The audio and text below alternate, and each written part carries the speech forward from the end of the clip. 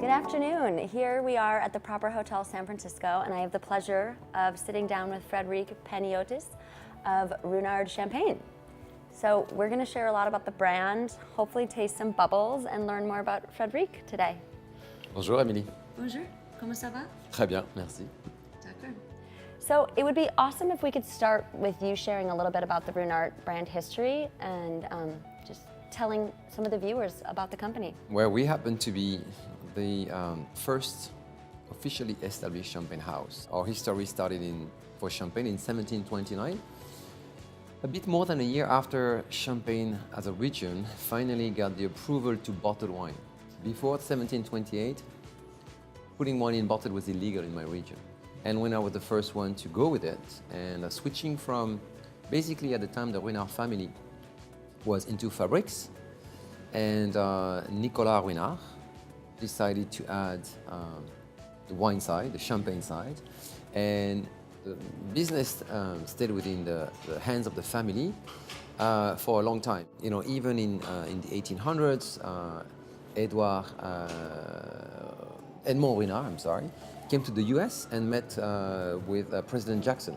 Wow. And this was the first official trip of the Ruinart family to the US. And I think 20 or 30 years afterwards, the sales, increased substantially. Incredible. So those were good times, but the company got hard with the wars. Frédéric, can you share a little bit more about the Ruinart family and when it transitioned from family-owned to LVMH?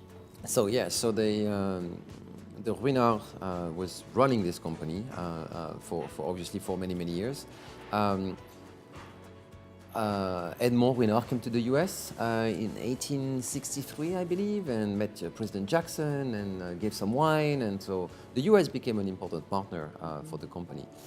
So there were some good times, but there were also some more difficult times. And namely, it started with World War I, when Reims, the city where Ruinart is, got basically bombed and destroyed and flattened. And so were our buildings. So this really create some difficulties in producing the champagnes. The man running Ruinart at the time got sick, working from the cellars, passed away in 1923, I believe. And then so the descendants, still of the Ruinart family, were not maybe the best managers, but they also had issues with the 1929 crash, the prohibition, which closed a very important market for us, and then World War II was another sad time where the Germans raided our cellars. They took almost everything. So in 1946, a man called Bertrand Mur, who was the son-in-law of the family, took over. He was young, full of ideas, but broke.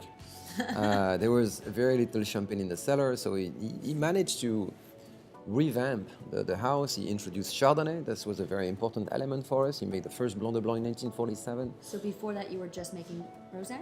We were making non-vintage, vintage champagne, but they were not necessarily Chardonnay dominated. And then he is the one who really decided to focus more on the Chardonnay grape, which is today the signature of the house. But anyway, he developed the company quite well, but he was running out of cash. So he did a first partnership with a famous family in Bordeaux, the Rothschild. And so we had a Ruinart Rothschild transition. And then in 1963, he ran out of cash and he went to see our friends our cousins at Moet and say, listen, I need your help. Yeah. So this is in a way when the merger started. So this was the 60s? This was 1963. Okay. LVMH was created in 87. So it was way afterwards that we joined, in a way, the LVMH family. But because we were part of the Moet et Chandon, already sort of group. But very unpolished. We like to call ourselves the rough diamond, No, we are not shining, no one saw us, and we were totally under the radar. Yes. Okay. Well, I don't know if you knew this, but I used to work at Louis Vuitton, so I'm a big fan of LVMH. Their wines, their fashion, their bags. Fantastic. Yes. We love Louis Vuitton. They're a very important customer for us. Yes, they are. I'd love if you can share a little bit about your winemaking background. I know you studied in France and also in California. If you could tell us where I did. Well, first thing, I never wanted to be a winemaker. My dream was to be a vet. But then I studied agronomy, so biology, biochemistry, science, and within the course of my studies in Paris, I was exposed to winemaking and viticulture for 3 weeks, and I loved it. I love the product, and I love even more the people in the industry. And then at the same time, my uncle brought a bottle of amazing Burgundy in 1976, Richebourg, which made me fall in love with wine. Yeah. So then I started to study winemaking. I studied in the south of France. There's a pretty good school on viticulture and winemaking.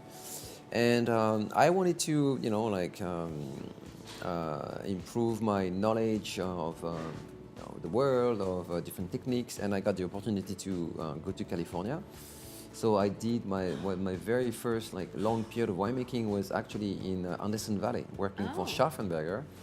And I stayed for 3 hours there, which was a lovely, lovely time. I enjoyed every minute of it. Yeah. And then I came back to France. I worked with an interprofessional body of Champagne called the CIVC. I work as an engineer doing some research. Okay. And then I joined Veuve Clicquot for 12 and a half years, and I joined Ruinart in 2007, in May, actually in a few days. Your anniversary. I'll be celebrating 11 years with Ruinart. Winemakers in the US say it takes a lot of beer to make good wine. When you're not drinking wine, what is your favorite drink or cocktail of choice? I have a very, very strong weakness for Chartreuse. I don't know if you're familiar with that liqueur. It's made in the south of France, in the Alps. Well, more in the Alps than in the south, but it's a very refined, very intense liquor. There's different bottlings, and I really like it. But I don't drink much of it because it's super high in alcohol. So from time to time, in the evening, when I want something to linger on, something when I read a book or when I need to think, Chartreuse is amazing. But typically, I drink much more wine.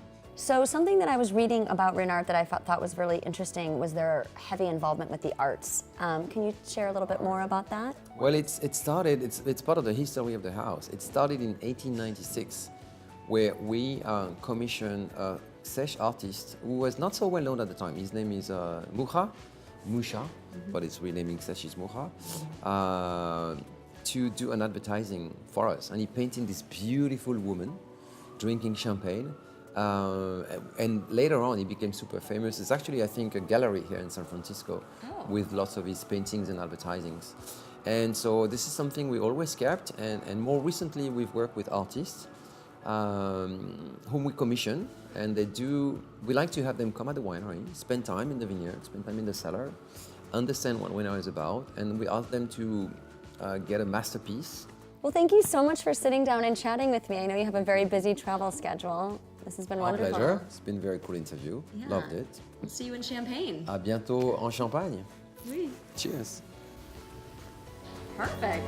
You're very good at that.